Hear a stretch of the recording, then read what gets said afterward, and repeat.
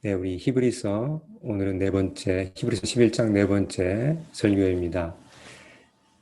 어, 우리가 지난 시간은 히브리서 11장을 통해서 모세의 부모의 믿음을 보았죠. 오늘은 이제 히브리서 기자가 모세의 믿음에 대해서 얘기하고 있습니다.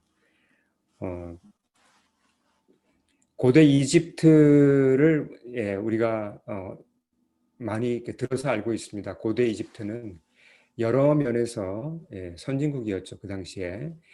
이집트 사람들이 거의 기원전 20세기부터 상당히 오래됐죠. 기원전 20세기면 나일강을 참 잘 다스렸습니다. 그래서 그 삼각주를 이용해서 그 농업을 크게 발전시켰고, 그래서 곡식을 아주 많은 곡식을 생산해서 그 주변 나라들에게 수출하는 그런 아주 발전된 나라였습니다. 또 건축에서도 큰 진보를 이루었죠. 우리가 잘 아는 대로 피라미드나 스핑크스나 또 오벨리스크와 같은 그런 거대해서도 아주 정교한 그런 건축물을 많이 남겼습니다. 또 이집트의 그 건축물이나 이런 걸 보면 그 문자가 있지 않습니까? 이집트의 그 고대 문자는 거의 인류 역사상 가장 오래된 그 문자들 가운데 하나라고 합니다. 근데 참 많은 기록을 남겼죠. 이집트 사람들이. 이런 걸 보면 얼마나 그들의 문화가 앞섰는지 알 수 있습니다. 모세는 어릴 때부터 장성하기까지 이런 그 앞선 문화권에서 궁중 교육을 받으면서 그렇게 자랐습니다. 참조로 그 사도행전 7장의 그 스테반 집사의 설교를 보면 화면을 보실까요? 예, 보면 이렇게 설명을 하죠. 모세가 어떤 교육을 받았는지. 그 바로의 딸이 그를 데려다가 자기 아들로 기름에 모세가 애굽 사람들의 모든 지혜를 배웠다 그랬습니다. 그래서 그의 말과 하는 일들이 능하더라. 예. 그러니까 모세가 성인이 되었을 때는 자, 신분이 무엇입니까? 신분은 뭐 엄청나게 높죠. 그러니까 공주의 아들이니까 왕족이지 않습니까? 신분만 높았던 것이 아니라 지혜롭고 또 언변이 뛰어나고 일을 추진하는 능력도 아주 비범한 그런 청년이 되어 있었습니다. 예. 혈통으로는 이제 그 당시 이제 무시받는 그 히브리 혈통이죠. 하지만 이 정도로 뛰어난 스펙을 갖춘 이제 갖추었죠. 그러니까 모세의 미래는 아주 밝았습니다. 그 이집트 왕궁에서 여러 가지 일을 하면서 그 부와 권력을 누리고 멋지고 편하게 살 수 있는 그런 조건을 가지고 있었습니다. 근데 모세의 나이가 마흔이 되었을 때 그 이제 생각이 좀 뭔가 새로운 생각이 들어왔습니다. 내 동족 이스라엘을 돌아봐야겠다. 이런 이제 마음이 들었죠. 출애굽기 2장과 또 사도행전 7장에 이런 내용이 나와 있습니다. 그 무렵에 그 그래서 자 이런 그 갈림길에 대해서 우리가 한번 생각해 보겠습니다. 자, 모세 앞에 놓인 선택은 두 가지입니다. 이 갈림길 앞에서 자 어느 길을 가는가? 하나는 지금까지 쭉 걸어온 그 넓고 편한 길입니다. 지금까지 공주의 아들로 그 왕족으로 살아왔잖아요. 그 길을 그냥 가는 겁니다. 또 하나는 방향을 바꾸는 거죠. 방향을 바꿔서 좁고 험한 길을 선택하여 그 길로 들어서는 것입니다. 어떤 길로 가야 할까? 고민을 많이 했겠죠. 근데 믿음으로 모세가 어떤 길을 선택했다고 얘기합니까? 우리 24절과 25절 말씀 우리 같이 한번 읽어보겠습니다. 시작. 믿음으로 모세는 장성하여 바로의 공주의 아들이라 칭함 받기를 거절하고 도리어 하나님의 백성과 함께 고난받기를 잠시 죄악의 낙을 누리는 것보다 더 좋아하고 자 어느 쪽을 선택했죠? 좁은 길을 선택했습니다. 근데 이 선택이 정말 이건 정말 큰 변화를 가져오는 선택이었죠. 자, 이 선택으로 말미암아 모세의 신분이 바뀝니다. 자, 원래 신분이 무엇이었습니까? 왕족이었죠. 근데 이 왕족의 신분증을 반납해야 됐죠. 그리고 어떤 새로운 신분증을 받습니까? 말씀대로 하나님의 백성이라는 신분증을 받았습니다. 하나님의 백성이라는 신분은 물론 고귀하죠. 하지만 이집트 사회에서는 천대받고 무시받는 여러 가지 불이익을 당하는 그런 신분이죠. 사람들은 오늘날이고 뭐 과거 간에 누구나 다 이 금수저를 물고 태어나길 원하지 않습니까? 누가 처음부터 흙수저를 원하는 사람이 어디 있겠습니까? 흙수저로 태어난 사람들도 악착같이 노력해서 내 자식들만큼은 그래도 더 이상 이 흙수저 물고 태어나지 않게 하려고 최소한 동수저나 뭐 잘 되면 또 은수저라도 물고 그렇게 자랄 수 있도록 하기 위해서 많은 노력을 하죠. 예. 근데 모세는 지금 어떻게 가고 있습니까? 거꾸로 가고 있죠. 예. 이미 수중에 금수저를 확보했는데 그걸 지금 그냥 포기합니다. 그리고 뭘 잡았습니까? 흙수저를 스스로 잡았습니다. 왜 이런 이상한 선택을 했을까요? 우리가 어느 정도는 짐작할 수 있습니다. 왜 모세가 이렇게 신분을 내려가는 쪽으로 택했을까? 그것도 완전히 바닥으로 내려가는 쪽으로 택했을까? 그 이유가 뭘까? 예를 들면 우리 동족이 내 동족이 참 불쌍하다. 내가 도와야겠다. 그런 어떤 학대받는 동족을 돌보기 위함일까요? 그런 열정이 있었을까요? 그런 이유도 있긴 있었습니다. 사도행전 7장 23절에 보면 그런 내용도 있었습니다. 그런 이유가 있었지만 그것이 주된 이유는 아니었어요. 모세의 선택의 주된 이유는 아니었다는 거죠. 자, 25절을 다시 한번 보시면 여기 이제 우리가 주목해야 되는 단어가 있는데 뭐 헬라어 단어가 있는데 그걸 우리가 뭐 헬라어는 굳이 알 필요가 없지만 그걸 이제 어떻게 번역했는지는 알아야 합니다.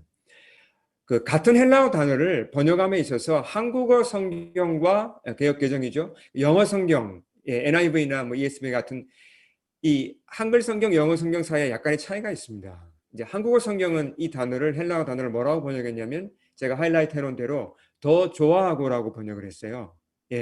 영어 성경은 이제 choose라는 그 choose 또는 이제 분사로 써서 choosing이라는 그러니까 선택하다로 번역을 했습니다. 강조하는 점이 약간 달라서 번역이 좀 달라진 것입니다. 사실 이 원어 헬라어 단어는 두 가지 뜻을 다 가지고 있어요. 무슨 얘기입니까? 그러니까 이제 영어로 하면 choose라는 뜻도 있고 또 하나 이제 prefer라는 뜻도 있습니다. 그러니까 선택하다는 뜻도 가지고 있고 더 좋아하다, 선호하다라는 뜻도 가지고 있다는 것입니다. 그 두 가지 뜻을 합쳐야 온전하게 우리가 이해를 할 수 있어요. 자, 그러니까 모세가 좁은 길을 택했다는 거죠. 근데 그냥 막연하게 택한 게 아니고 기계적으로 택한 게 아니고 어쩔 수 없이 택한 게 아니고 더 좋아해서 그 길을 택했다는 것입니다. 이게 단순해 보이지만 굉장히 중요한 사실이에요. 그러니까 좋아서 택했다. 자, 우리가 신앙과 관련하여서 사람들이 무엇을 이렇게 선택을 할 때 좋아서 그것을 선택하는 경우도 있지만 그렇지 않은 경우도 있어요. 그러니까 뭐 의무감이라든지 또는 뭐 어쩔 수 없는 그런 이제 상황을 보고 그렇게 선택하는 일이 왕왕 있다는 것입니다. 제가 예를 한번 들어보겠습니다. 그 구약 성경에 보시면 이사야 시대에 이스라엘 백성들이 대부분 우상 숭배가 심했죠. 그런데 이 사람들이 우상을 섬기면서도 안식일이 되면 꼬박꼬박 성전에 모여서 여호와께 제물을 바치면서 예배를 드렸습니다. 좀 이상하지 않아요? 그 우상을 섬긴다는 건 하나님을 제대로 안 믿는다는 건데 왜 또 안식일이면 이 성전에 나옵니까? 성전에 나오는 게 그렇게 가벼운 일은 아니죠. 안식일을 지키려면 돈이 들고 시간이 들고 에너지가 듭니다. 재물을 사야 하고 또 준비해야 하고 그렇게 또 여러 가지 할 일들이 있죠. 그럼에도 불구하고 이 사람들이 안식일을 지키고 예배를 드리는 쪽으로 선택을 했다는 겁니다. 안 지키는 쪽으로 선택한 게 아니라 우린 그래도 안식일을 지키겠다. 근데 우상을 섬기면서도 안식일을 지키기로 선택한 거죠. 왜 그런 선택을 했을까요? 좋아서 그랬을까요? 예배 드리는 게 너무 좋아서 하나님과 교제하는 게 좋아서 선택한 건 아니었죠. 예. 우상을 섬기는 거 보면 우리가 충분히 그 짐작할 수 있습니다. 그래서 주님이 이 사람들의 문제를 이렇게 책망합니다. 이사야서 말씀을 우리 한번 볼까? 1장 12, 13절 보시면 우리 같이 한번 읽어보겠습니다. 시작. 너희가 내 앞에 보이러 오니 이것을 누가 너희에게 요구하였느냐? 내 마당만 밟을 뿐이니라. 헛된 재물을 다시 가져오지 말라. 자, 왜 예배를 좋아하지도 않으면서 하나님께 드리는 뭐 찬양이나 이 경배를 좋아하지도 않으면서 안식일마다 왜 모였다고요? 눈도장을 받기 위함이었죠. 네. 하나님께 눈도장 받고 또 뭐 다른 사람들한테 눈도장 받고 그러니까 이 사람들의 이 문제가 여기서 드러납니다. 아마 어떤 이제 안식일을 지키고자 한 것이 그러니까 전통 때문에 뭐 그랬을 수도 있고요. 그렇죠? 또 안식일을 안 지키려니까 뭔가 이렇게 꺼림직하다는 거죠. 예. 아, 마음이 좀 불편해. 내가 아무리 우상을 섬기고 내가 그렇게 여호와 하나님을 사실 별로 좋아하지는 않지만 안식일을 그냥 범하고 내 마음대로 하기에는 뭔가 좀 꺼림직해. 그냥 그래도 안식일 날은 성전에 가자. 이런 마음이 아니었을까 우리가 짐작합니다. 그러니까 예배를 보기로 선택을 했는데 그 선택이 좋아서 한 게 아니라는 것입니다. 예. 제가 이제 몇 번 간증에서 이제 말씀드린 대로 19살 무렵에 예수님을 인격적으로 만났습니다. 근데 크리스찬 청년으로서 그 나이에 19, 20살 그 나이에 크리스찬이 됐는데 그 이제 젊잖아요. 또 환경도 또 뭐 이렇게 뭐 대학 생활을 시작하고 이런 이제 그 환경적으로 참 이 신앙생활을 하기가 쉽지 않습니다. 그 당시도 그러니까 유혹이 많고 뭐 여러 가지 도전도 많았죠. 근데 주님을 만났기 때문에 그 직후에는 뭐 유혹 같은 게 다가와도 친구들이 뭐 뭔가 이렇게 좀 뭐 죄악된 유혹을 해오거나 뭐 그래도 쉽게 그냥 물리칠 수가 있었어요. 주님을 향한 열정이 제 마음에 이렇게 넘쳤기 때문에 뭐 그냥 아주 가볍게 그냥 그렇게 물리친 기억이 납니다. 몇 달 동안은 그렇게 아주 그냥 문제없이 잘 주님을 따라갔습니다. 근데 이제 시간이 흐르면서 열정이 이제 점점 식었습니다. 그러니까 자연적으로 이제 이 유혹 다가오는 유혹들 여러 유혹들이 이게 만만치 않죠. 이게 참 이기기가 쉽지 않더라고요. 그러니까 뭔가 이렇게 전 죄악된 놀이를 같이 하자고 하는 친구들을 이거 신앙적으로는 뭐 물리쳐야 되는데 제 속에는 또 끌림이 있죠. 나도 같이 하고 싶다. 저거 좀 하면 안 될까? 이런 이제 유혹들이 워낙 강하게 다가왔습니다. 그러면서 이런 고민을 했어요. 아, 예수님 제자가 되는 건 좋은데, 아, 이렇게 살다가 혹시 평생 이 가난하게 사는 건 아닐까? 이렇게 평생 이 좀 수도승 같이 이 재미없고 무미건조하게 살아가는 건 아닐까? 주님 따라가는 게 이게 좋은 거는 맞는 것 같은데 뭔가 이 진리는 맞는 것 같은데 그렇게 이게 즐거워 보이지는 않는다. 그렇게 재미있어 보이지는 않는다는 마음이 제 마음 그런 생각이 제 마음 한구석에 늘 이렇게 남아 있었습니다. 예. 그래서 성실하게 예배를 참석하고 성경 공부에도 참석했지만 마음이 한구석이 좀 불편했어요. 아, 이거 좀 이거 너무 깊이 들어갔다가 이거 좀 재미없는 일만 하고 평생 살아가는 거 아닌가? 제가 주님을 따르기로 선택했죠. 물론 이제 주님이 저를 불러주셨기 때문에 제가 선택을 한 건데, 그래도 제 편에서는 주님 따르기로 선택을 했는데, 정말 이 신앙생활이 이게 다른 것보다 더 좋고, 더 즐거워서 선택한 단계는 아니었다는 것입니다. 그러니까, 어, 구원을 받아야죠. 예, 심판을 피해야죠. 이런 걸 생각하니까, 어쩔 수 없이 주님을 따르기로 선택한 부분이 많았다는 것입니다. 예. 이런 면에서 보면 청년 모세는 저와 참 많이 달랐습니다. 뭐 당연한 얘기지만, 예. 그러니까 모세는 뭘 깨달았는가, 뭘 제대로 알았는가, 이런 걸 제대로 알았다는 거죠. 하나님의 백성이 되어서 그분을 따르는 것이 다른 어떤 것보다, 다른 어떤 길보다 훨씬 복된 길이구나. 이걸 일찌감치 깨달았다는 것입니다. 그래서 비록 고난이 많았지만 좁은 길을 더 좋아했다는 거죠. 실제로 더 좋아해서 그 길을 갔다는 것입니다. 자, 이어지는 말씀을 보면요. 모세의 이러한 그 마음가짐과 태도가 더 분명히 드러납니다. 자, 26절 우리 한번 같이 읽겠습니다. 시작. 그리스도를 위하여 받는 수모를 애굽의 모든 보화보다 더 큰 재물로 여겼으니 이는 상 주심을 바라봄이라. 자, 여기 보면 모세가 뭘 받았다고 그랬습니까? 예, 수모를 많이 받았다고 그랬죠. 네. 예를 들면 예, 바로 이집트 왕인 바로에게도 수모를 받았죠. 그 이스라엘 백성을 풀어줘라, 가게 해라. 그렇게 가서 이제 그 말을 하려고 바로를 몇 번 찾아갔습니까? 10번이나 찾아갔습니다. 모세가. 그때마다 모욕을 당하고 위협을 당하고 정말 그런 그 시련을 당했죠. 예. 출애굽 후에는 광야에서 이스라엘 백성을 인도했잖아요. 40년 동안 모세가 그들의 리더로서 인도했는데 이 백성들이 정말 말을 잘 들었습니까? 정말 그 질이 좋지 않았습니다.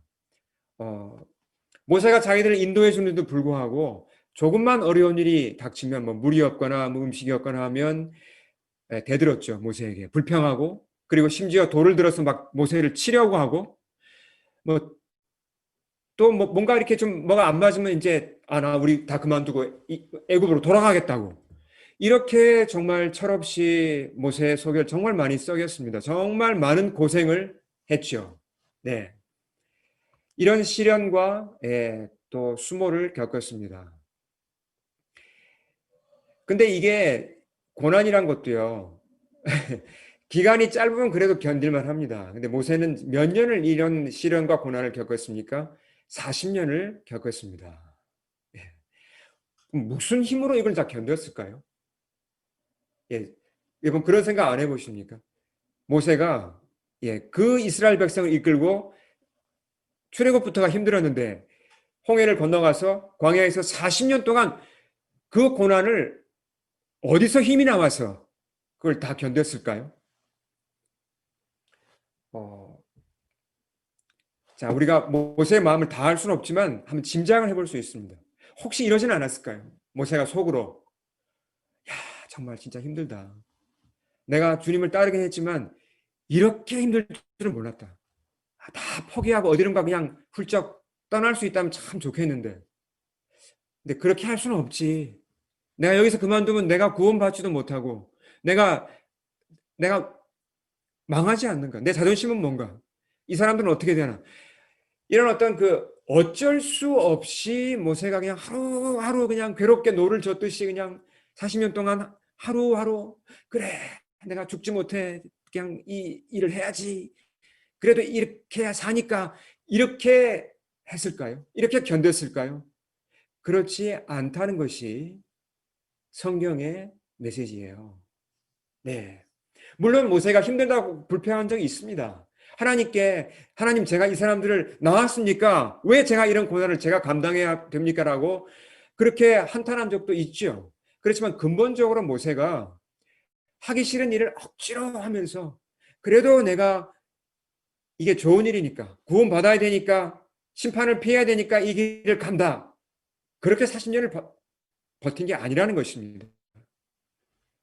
자, 이렇게 수동적인 자세로 고난을 버틴 게 아니라 아주 적극적인 자세로 뭔가 이렇게 우리가 생각하는 것과는 다른 아주 적극적인 자세로 고난을 이길 수 있었다는 것입니다. 그러니까 자, 오늘 말씀을 이제 종합해보면 뭘 할 수 있습니까? 25절을 참조해보면 뭘 할 수 있죠?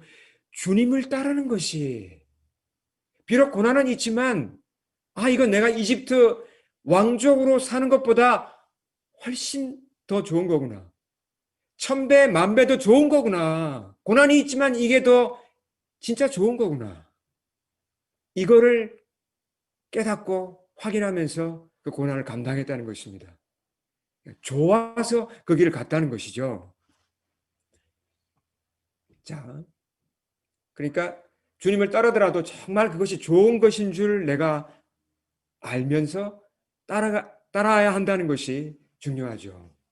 자, 25절을 가만히 보세요. 모세가 또 뭘 깨달았는지. 24절부터 26절까지를 종합해서 가만히 보면요. 모세가 깨달은 바가 또 있어요. 제가 표현하자면 이런 거죠.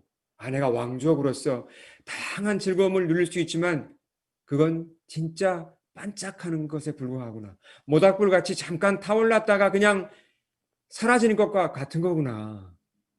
근데 그건 또 알고 보면 죄악된 즐거움이잖아. 부끄러운 즐거움이잖아.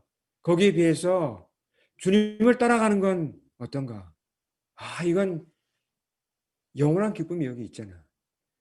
고난이 있지만 이건 진짜 옳은 길이잖아. 이게 진리잖아. 이게 맞는 거잖아. 이게 진짜 영원한 생명이 여기 있잖아.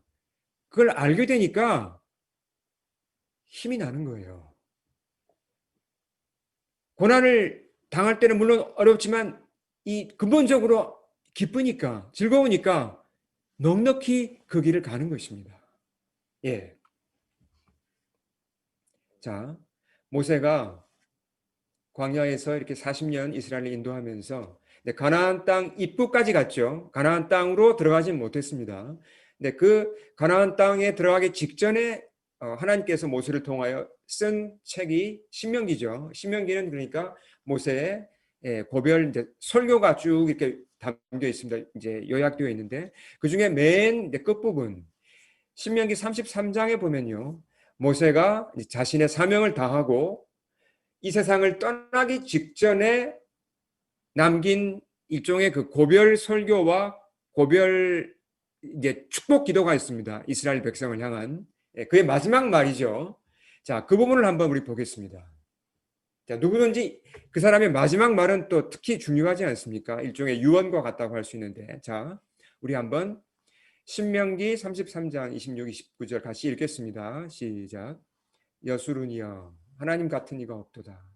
그가 너를 도우시려고 하늘을 타고 궁창에서 위엄을 나타내시는도다. 이스라엘이여 너는 행복한 사람이로다. 여호와의 구원을 너같이 얻은 백성이 누구냐? 그는 너를 돕는 방패시요 내 영광의 칼이시로다. 참 놀라운 말씀입니다.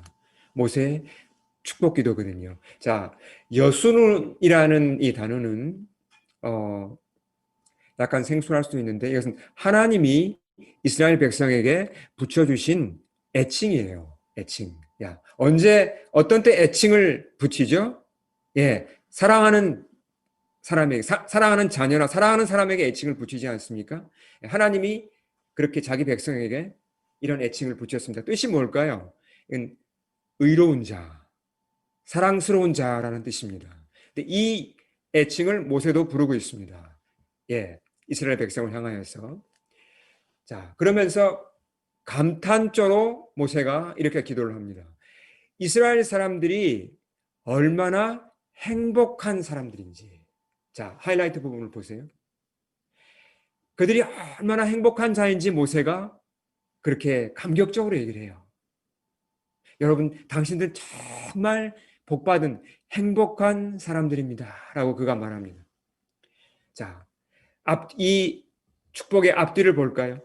창조주 하나님, 영광스러운 지존자께서 그들을 구원하셨죠. 그들을 깊이 사랑하십니다. 그들을 도우십니다. 그래서 이스라엘 백성은 참으로 행복한 사람들이라고 모세가 얘기하는 것이죠. 자, 여기서 이스라엘 백성이라고 하면 모세는 포함될까요? 안 될까요? 포함되죠. 모세도 이스라엘 백성의 한 사람이죠. 리더기도 하지만. 예. 그러니까 여기서 모세는 이스라엘 백성에게 주어진 최고의 행복에 대해서 말하면서 동시에 자신의 행복에 대해서도 지금 말하고 있는 겁니다. 자, 그러니까 무슨 얘기를 하는 겁니까? 하나님 덕분에 제가 얼마나 행복한 사람인지요. 저 정말 하나님 덕분에 정말 행복해요. 이 고백을 함께 하고 있는 것입니다. 맞죠? 네. 자, 24절과 25절 우리 다시 한번 읽어보겠습니다. 히브리서 24, 25절 읽겠습니다. 믿음으로 모세는 장성하여 바로의 공주의 아들이라 칭함받기를 거절하고 도리어 하나님의 백성과 함께 고난받기를 잠시 죄악의 낙을 누리는 것보다 더 좋아하고. 네. 자,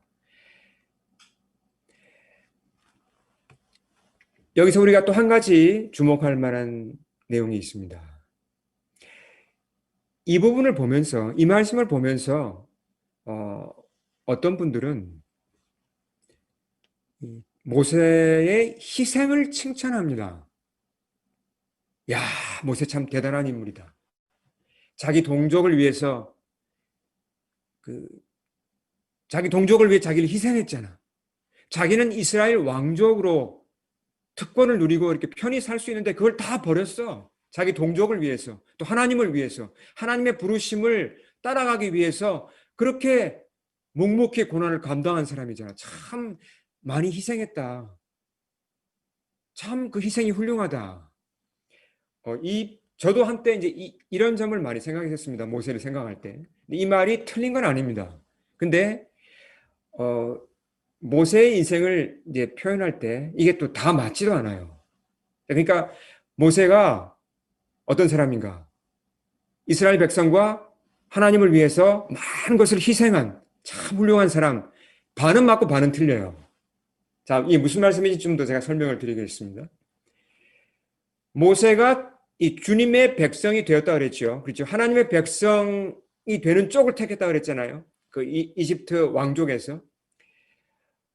그러면 모세가 내가 하나님의 백성이 되기 위해서 이 이집트 왕족의 권리와 이 모든 특권을 내가 이 버리는 희생을 하고 하나님의 백성을 내가 이 신부를 택한 것인가?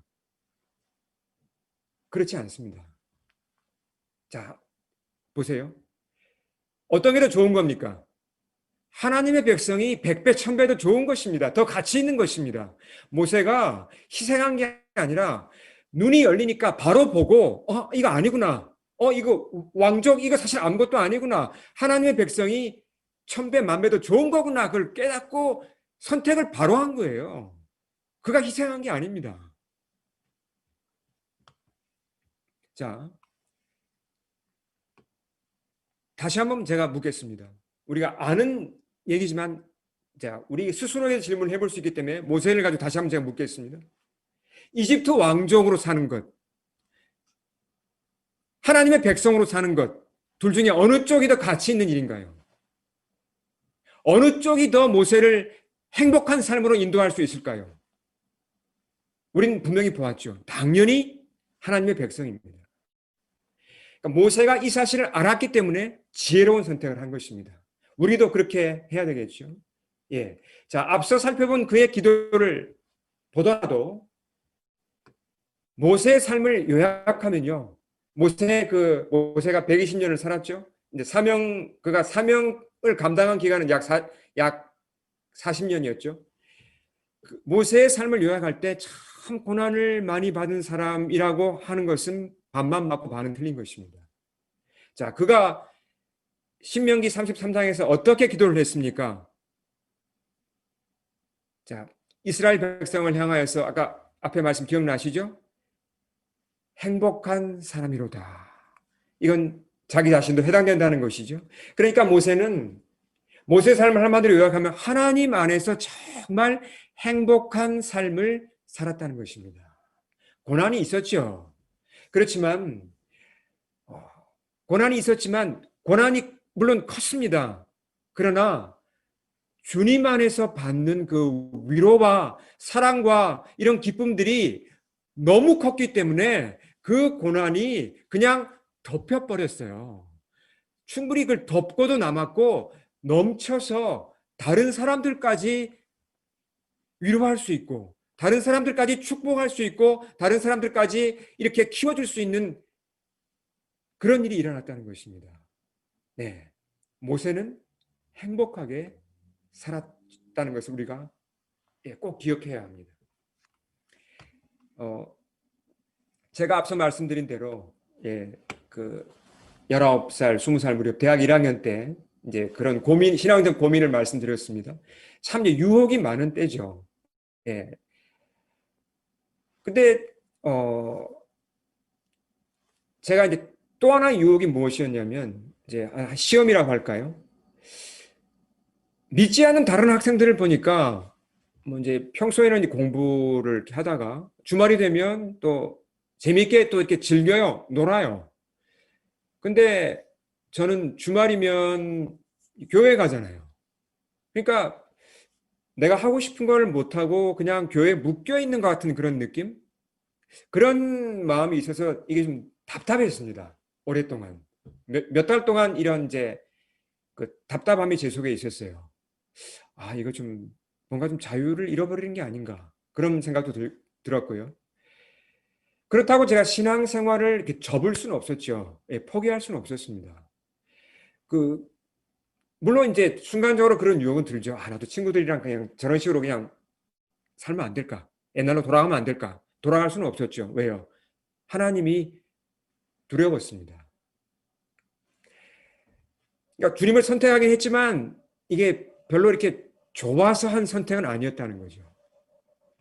근데 교회에서 가만히 보니까 특히 선배들, 뭐 집사님들 이렇게 보면 이제 학교에 다니면서도 또는 이제 직장 생활을 하면서 바쁘잖아요. 한국 생활이 바쁜데 그렇게 바삐 살면서도 이 선배들이 보니까 이런 뭐 소그룹 모임을 뭐 인도하고 또 뭐 교회에서 봉사하고 전도하는 그런 일에도 뭐 정말 열심을 내고 그렇게 막 열심히 막 이렇게 열심히 넘치는 게 보입니다. 그분들을 보면서 제가 생각했어요. 참 헌신적인 분들이다. 야, 정말 저렇게 희생하고 좋은 일을 위해 저렇게 자기를 이렇게 드리고 헌신하는구나, 희생하는구나. 나는 근데 저렇게 살긴 참 힘들 것 같아. 나는 저렇게 헌신적인 사람은 아니야. 그런 마음이 있었어요. 근데 시간이 흐르면서 제 속에 변화가 일어나기 시작했어요. 점점점 하나님 말씀 성경에 빠져들기 시작했습니다. 특히 큐티를 하면서 이 기록된 말씀을 통해서 하나님의 음성을 듣기 시작했습니다. 말씀을 이제 깨닫고 하나님과 교통이 시작된 거죠. 전에는 한 번도 제가 경험하지도 못했고 상상하지도 못했던 그런 기쁨이 임했습니다. 주의 말씀을 통해서. 그리고 어떤 그 만족이 제 영혼에 차오르고 그런 행복을 경험했습니다. 어, 그 무렵에 제가 깊이 공감하고 정말 제가 좋아하고 사랑하던 말씀이 있는데요. 그것이 디모데후서 3장 16절, 17절입니다. 제가 한번 읽어보겠습니다. 모든 성경은 하나님의 감동으로 된 것으로 교훈과 책망과 바르게 함과 의로 교육하게 유익하니 이는 하나님의 사람으로 온전하게 하며 모든 선한 일을 행할 능력을 갖추게 하려 함이라. 제가 예배를 드리면서 또 성경 공부를 하면서 큐티를 하면서 기도하면서 또는 좋은 책을 읽으면서 기록된 말씀들이 제게 계속 흘러 들어왔습니다. 하나님의 말씀은 이 디모데후서 3장과 같이 이 말씀 여기에 기록된 것이 그대로 제 속에 일어났어요. 하나님의 말씀이 저를 교육했습니다. 예, 때로는 저를 책망하셨어요.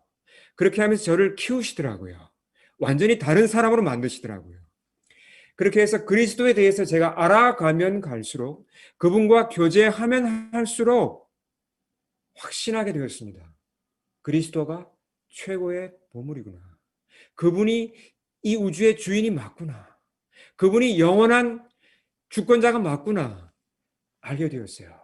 그리고 최고의 만족과 기쁨과 즐거움 이런 모든 것들이 바로 그리스도에게서 그분에게서만 나온다는 것을 더욱 분명히 깨닫게 되었습니다. 그제서야 비로소 제가 모세의 선택을 이해할 수 있게 되었어요. 아, 모세가 희생한 게 아니었구나. 이집트에 왕족으로 살 수 있는데 자기가 그냥 좋은 일을 하자고 희생해서 하나님의 백성 된 게 아니구나. 하나님의 백성이 얼마나 좋다는 걸 알고 그가 눈이 열려서 제대로 선택을 한 거였구나. 이걸 비로소 깨닫게 된 것이죠. 예. 자, 다시 한번 이 모세에 대해서 우리가 잠깐 정리하고 넘어가겠습니다. 물론 이제 저 같은 경우도 이제 내면에 일어나는 그런 변화 때문에 제가 주님을 따르면서 뭐 헌신한단 말이 저는 별로 맞지 않다고 생각했어요. 그러니까 내가 희생하고 헌신하는 게 아니라 훨씬 더 좋고 훨씬 더 귀하고 훨씬 가치 있는 걸 알게 되었으니까 그 주님을 따르는 거죠. 그 주님이 저한테 맡기시는 일을 하는 거죠. 물론 헌신이라는 표현을 쓸 수 있습니다. 희생이라는 표현을 쓸 수 있습니다. 그러나 사실 따지고 보면 더 좋은 걸 알고 그걸 따라가는 거죠. 얼마나 이 복된 일입니까? 모세도 마찬가지였습니다. 그러니까 모세가 정말 왜 훌륭한가? 왜 훌륭한가? 희생해서 훌륭한 게 아니라는 것입니다. 그가 지혜로운 선택을 했기 때문에 훌륭하다는 것입니다. 순간적인 기쁨을 택하지 않고 죄악된 기쁨을 택하지 않고 죄악된 순간적인 즐거움을 택하지 않고 영원한 주님을 택했다.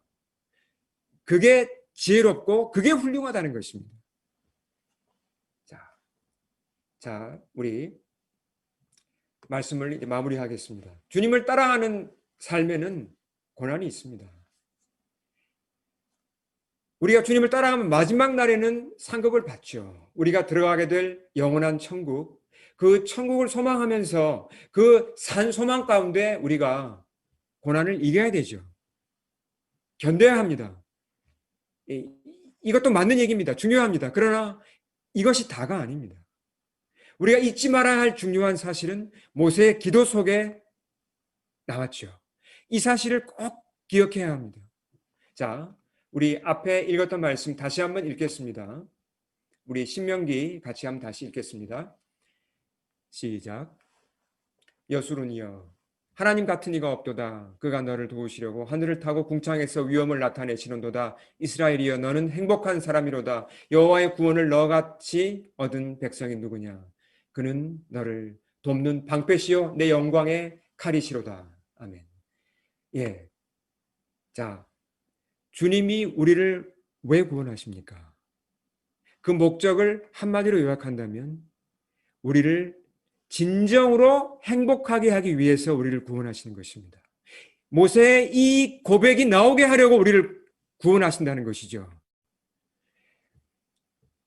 물론 이 완성된 행복, 온전한 행복은 어디서 누릴 수 있죠? 하나님 나라에서 누릴 것입니다. 그러나 우리는 하나님의 백성이 되었다면 이 땅에서부터 그 행복을 조금이나마 부분적으로 누릴 수 있어요. 주님이 주시는 이 행복은 워낙 크기 때문에 이 세상에서 주는 것과는 이 세상에 있는 행복들과는 비교할 수 없이 이 높은 수준의 것이기 때문에 조금만 맛보아도 우리 영혼이 채워져요. 네. 자, 히브리서 11장 6절에서 이런 말씀이 나왔죠. 믿음이 없이는 하나님을 기쁘시게 못한다고. 분명히 이것이 이제 중요한 히브리 11장의 요절이라고 우리 배우지 않았습니까? 이 말씀을 다시 한번 가만히 보십시오. 우리가 믿음으로 주님을 기쁘시게 해야 합니다. 주님 이걸 원하세요. 자, 근데 우리만 주님을 기쁘시게 합니까? 우리가 주님을 기쁘시게 하는 것과 마찬가지로 주님도 우리를 기쁘시게 한다는 것입니다. 주님도 우리를 기쁘시게 하는 것이 주님의 간절한 소원이라는 것입니다. 우리가 주님을 기쁘게 할 때 주님도 우리를 기쁘시게 하는 것입니다. 그래서 우리가 이 사실을 알고 따라갈 때 신앙생활이 고난이 있지만 근본적으로는 흔들리지 않는 기쁨을 가질 수 있다는 것입니다. 얼마나 놀라운 소망입니까? 우리 함께 기도드리겠습니다.